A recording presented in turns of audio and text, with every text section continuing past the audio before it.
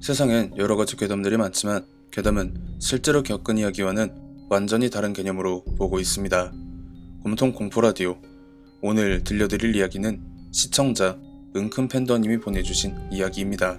은큼팬더님은 과거 재개발 지역에서 보안대원으로 근무를 하셨었고 그곳에서 겪은 일들을 간간히 제보사연으로 보내오셨는데요. 이번 이야기는 폐병원, 폐빌라에 이은 폐공장에서 겪은 이야기입니다. 과연 어떤 일을 겪으셨을지 지금 바로 알아보겠습니다. 폐병원, 폐빌라에서 겪은 일들은 제가 폐공장에서 겪은 일에 비하면 그저 빙산의 일각일 겁니다. 아직도 폐공장에서 겪었던 일이 생생하게 기억이 나고 이걸 사진으로 몇 번이나 찍어서 남겨두려 했는데 사진을 찍을 때마다 전부 불발이 나고 흔적도 남길 방법이 없어서 주작의심을 피해갈 수가 없을 것 같네요. 사족 없이 바로 시작하겠습니다. 여느 날과 같이 야간에 출근을 해서 인수인계를 받고 폐병원 로비의 상황실에서 캠을 보고 있었는데 폐공장 쪽을 비추는 2번 캠부터 8번 캠에 동시다발적으로 외부인의 침입이 포착이 됐습니다. 캠을 멈추고 인상착의를 보니 일행은 7명 정도로 보였고 전부 같은 옷을 입고 있는 걸로 봐선 캠마다 1초에서 2초 간격의 차이를 두고 있기 때문에 그 침입자들은 전부 같은 사람들로 보였죠. 이전부터 말씀드렸다시피 저는 흉가 체험을 하러 오는 사람들을 굉장히 귀찮은 존재들로 봅니다. 조금 어조를 강하게 해서 말하자면 바퀴벌레 그 이하의 존재들로 여기고 쌍욕과 무시체로 대하곤 하죠. 저는 혹시 몰라서 방검복 상하이를 착용하고 3단봉을 챙겨서 폐공장 단지로 출발했습니다. 보통 훈계를 하면 겁을 먹고 그냥 가는 사람들도 있는 반면에 미리 준비해온 무기를 가지고 대응하는 사람들도 덜어 있기 때문에 전혀 과하다거나 제가 유난을 떠는 그런 수준도 아니었다고 생각합니다.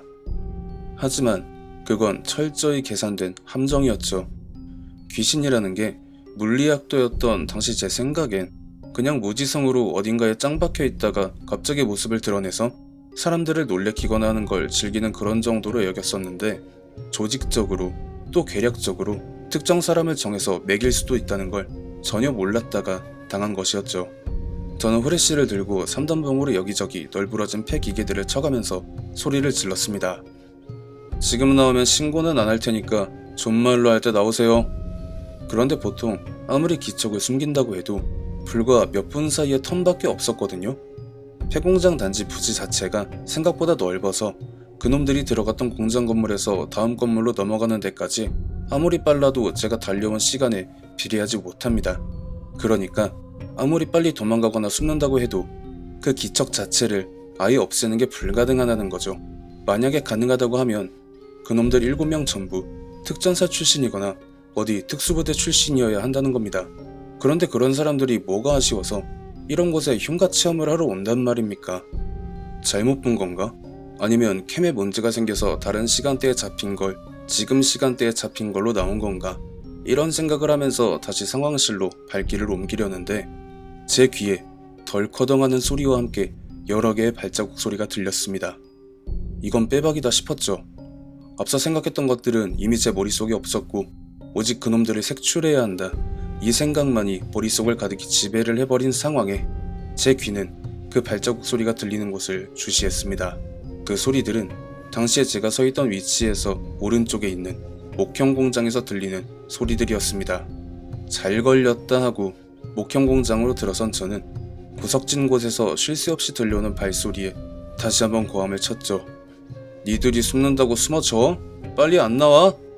하지만 그 발소리만 들려올 뿐 그놈들은 모습을 드러내지 않았기 때문에 극도로 열이 받은 저는 그쪽으로 냅다 뛰었습니다. 그리고 그곳엔 아무도 없었습니다. 분명 발소리가 들렸던 그곳엔 개미새끼 한 마리도 없었고 저는 한 몇 초 동안 멍하고 당황할 수밖에 없었죠.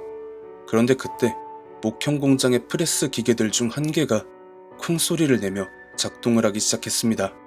한마디로 말이 안 되는 상황이었던 거죠. 전기고 뭐고 다 끊긴 지가 언젠데 기계가 작동을 한다뇨. 초자연적이거나 물리적인 힘이 들어가지 않는 한 불가능한 일이라는 겁니다. 머릿속에서 뭔가가 굴러가는 소리가 들림과 동시에 저는 공장 바깥으로 뛰었죠. 하지만 그 시도는 당연하게도 불발이 나고 말았습니다. 공장 문이 쾅 하고 닫혔거든요. 엎친 데 덮친 격으로 손에 들고 있던 전등마저 어디론가 사라져버렸기 때문에 저는 한 치 앞도 안 보이는 어둠 안에 갇혀버리게 되고 말았습니다. 그리고 제 귀에 그 여러 개의 발소리들이 다시 들리기 시작했습니다. 그 발소리들은 제가 서 있던 곳에서 얼마 떨어지지 않은 아까 전 그 구석이 아니라 공장 전체에서 들려오고 있었는데, 그 공장 내부 바닥이 포장이 되지 않은 그런 바닥이에요. 쉽게 말해 시멘트를 대충 펴발라놔서 다 일어난 그런 바닥이었던 걸로 기억하는데, 그 바닥 전체에서 슬리퍼를 바닥에 끌 때 나는 그런 소리들이 난잡하게 들려왔습니다. 저는 그때 그 상황에서 어떻게 해야 하나 갈팡질팡을 할 수밖에 없었죠. 당장 눈에 보이는 건 없지, 발소리들은 계속 들려오지. 그러고 있는데 프레스 기계가 작동하는 그 소리가 한 개, 두 개, 아니 그냥 그 공장 안에 있는 모든 기계들이 작동하는 소리가 들려오기 시작했습니다.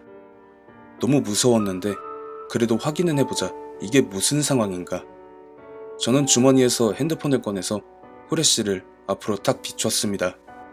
그리고 제 눈에 들어온 건 아직까지도 그날 내가 본 게 진짜인가 의심이 될 정도로 못 믿을 만한 것이었습니다.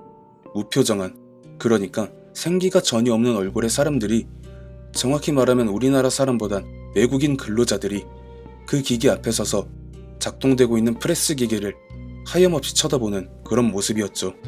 환상인가? 아니면 내가 보고 있는 이게 맞는 건가? 의심과 당혹감이 번갈아 저의 뇌리를 때리고 있던 그때, 그 귀신들이 일제히 고개를 돌려서 제가 있는 방향, 아니 그냥 저를 쳐다봤습니다. 그리고 저는 거기에 놀라서 휴대폰을 떨어뜨리고 말았습니다. 은큰 팬더님이 보내주신 폐공장 이야기가 너무 길기 때문에 자체적으로 2개 편으로 편성해서 업로드를 할 예정입니다. 시청해주신 모든 분들 감사드리며 구독과 좋아요 알림 설정 부탁드립니다.